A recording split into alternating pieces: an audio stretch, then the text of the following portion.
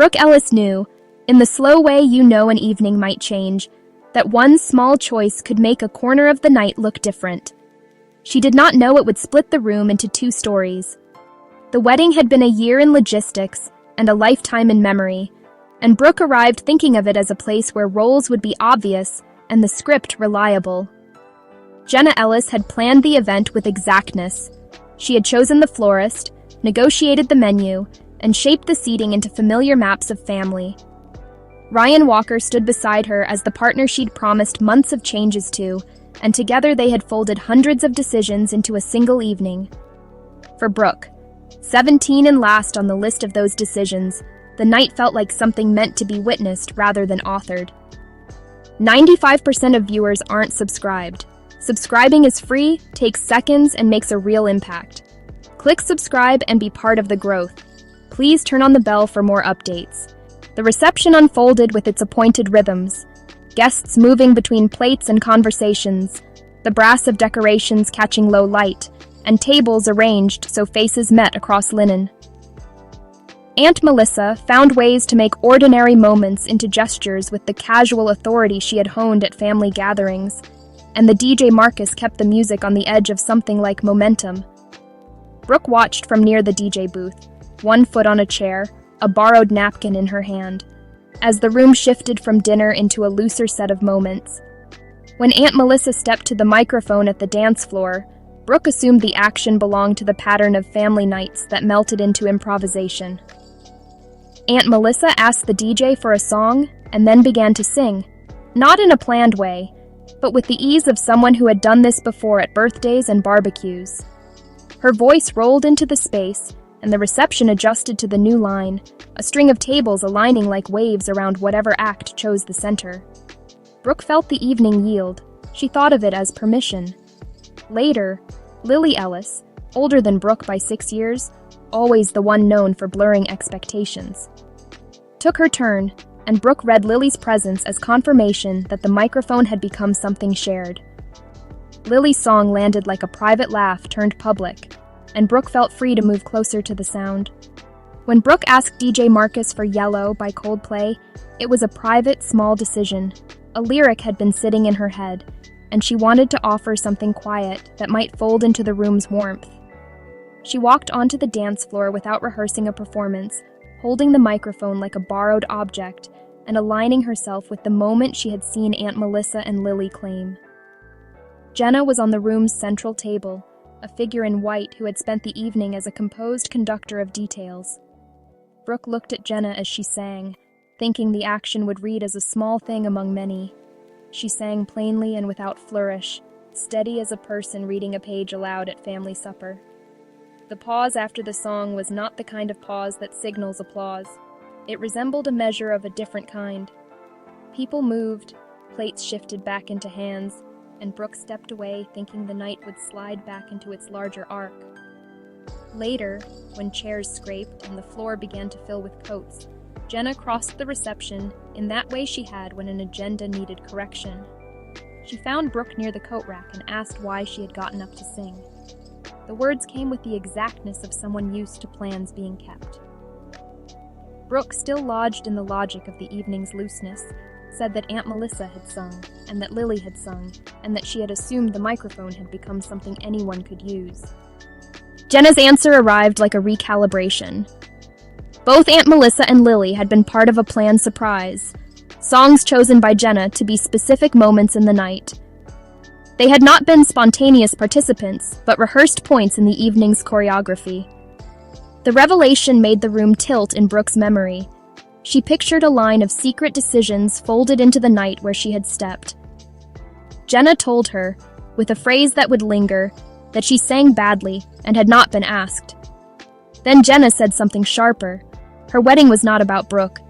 That sentence did what rehearsed riffs often do. It redistributed people into positions and made the air between siblings calculate its distance.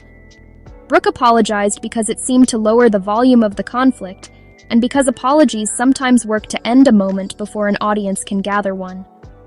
The apology was small and efficient.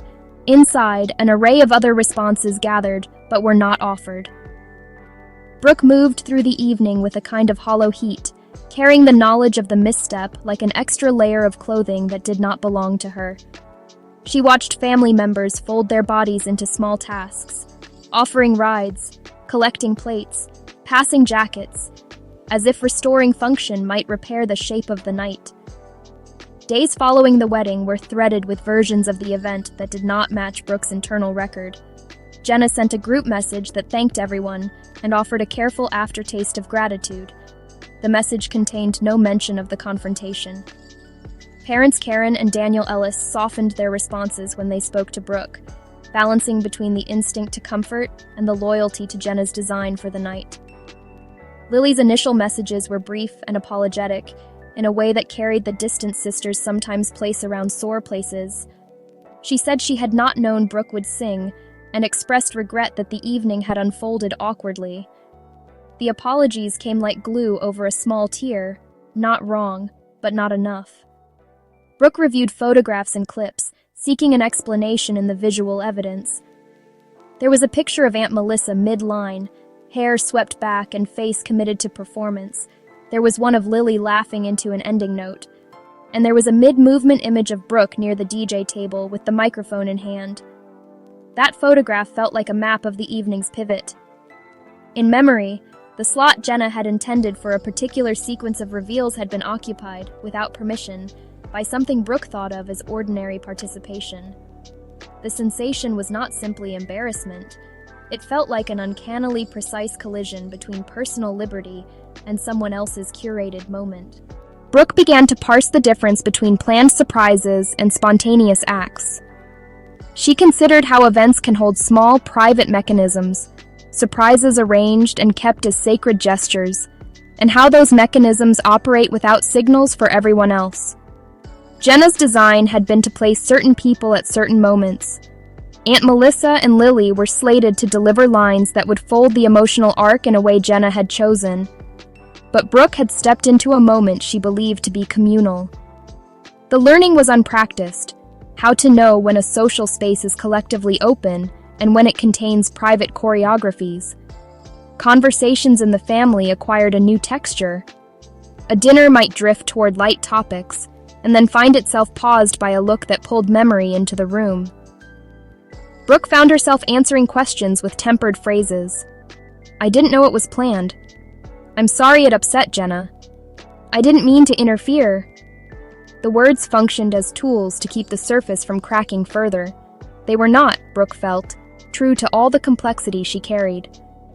Sometimes relatives would make small jokes about wedding drama, as if to smooth the edges, and those jokes landed in Brooke's ears like muffled attempts at bridge work, intended to span the difference but often leaving a noticeable gap.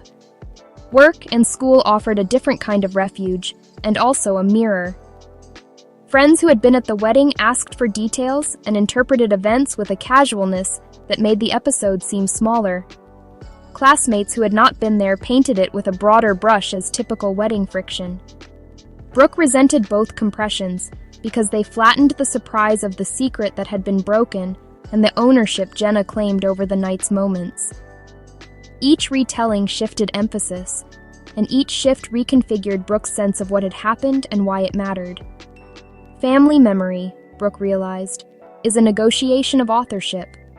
Who gets to set the emotional beats? Who gets to place the surprises that prompt recognition? Jenna had the right to craft a night that belonged to her. She had also asked for a privacy in those crafted moments that excluded others. Brooke understood the logic even as she felt wronged by its execution. The dichotomy was not only about the microphone or the song, it was about the authority to decide which moments would be public and which would be reserved. It was about the invisible lines that organize social spaces, and about the way an unsignaled crossing of those lines can become a grievance. As the days moved, Brooke tested the air of reconciliation in small ways. She texted Jenna a short congratulations again, a message that read like a courtesy extended rather than a request for repair. She called Lily and kept the conversation light, probing gently for a point of common ground and finding that Lily had been moving through the same uneasy terrain. When relatives gathered for brunch a week later, Brooke noticed the choreography of avoidance, topics steered away from, hands finding simple tasks, eyes that met and quickly moved. Those gatherings left Brooke with the impression that the family was practicing a version of peace that resembled a truce more than an understanding. Brooke returned to the venue to pick up a dress she had left behind and found the space stripped and folded back into neutrality.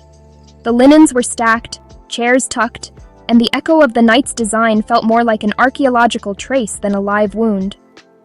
Walking through the cleaned room, she thought about the tangible residue of plans and how choices occupy space. Someone else's rehearsal had met her choice in the middle of an arrangement. That image, the cleaned room holding evidence like a fossil, stayed with her as a way to measure what had been done and what remained. Time began to do what time often does. It made the edges less raw but did not erase the shape of the event. There would be conversations later, perhaps, where details could be unpacked, and ownership of moments negotiated with more talk than tension. For now, the family carried on with rituals and obligations, with birthdays and work days, and the small practicalities that keep life moving. Brooke kept the memory of the night close, not as a wound to be shown, but as a lesson in the contours of public moments. Her relationship with Jenna changed in ways both obvious and subtle. An inward recalibration of expectations, coupled with a patience that wanted the right time to open an honest conversation. The part of the night that had been intended as a surprise remained, in Jenna's mind, a thing she had composed and wanted to gift. And that intention was not wrong. It was deeply personal and care-filled. Brooke's presence in that sequence was not malicious, but to Jenna it was an interruption of an emotional ledger. Both truths could exist at once, which made the situation not a matter of clear rightness, but a conflict of perspectives lodged in a single evening. Brooke thought about the narrowness of social signals and the way people carry private maps into public rooms. She knew, too, that forgiveness would need time, and that some conversations cannot be speeded up without losing their potential for clarity. In the end, the song she chose remained a small, stubborn detail that had unexpectedly acquired a larger shadow. Family life, with its embedded expectations and histories, had rearranged itself around that moment, and the sisters moved forward bearing versions of the event that were not identical, but were irrevocable.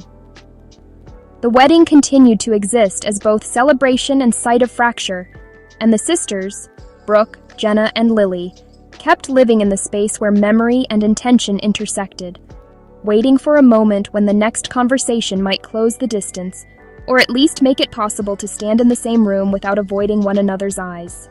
Thanks for watching Story Frame. Don't forget to like, subscribe, and turn on the bell for more updates. See you in the next video.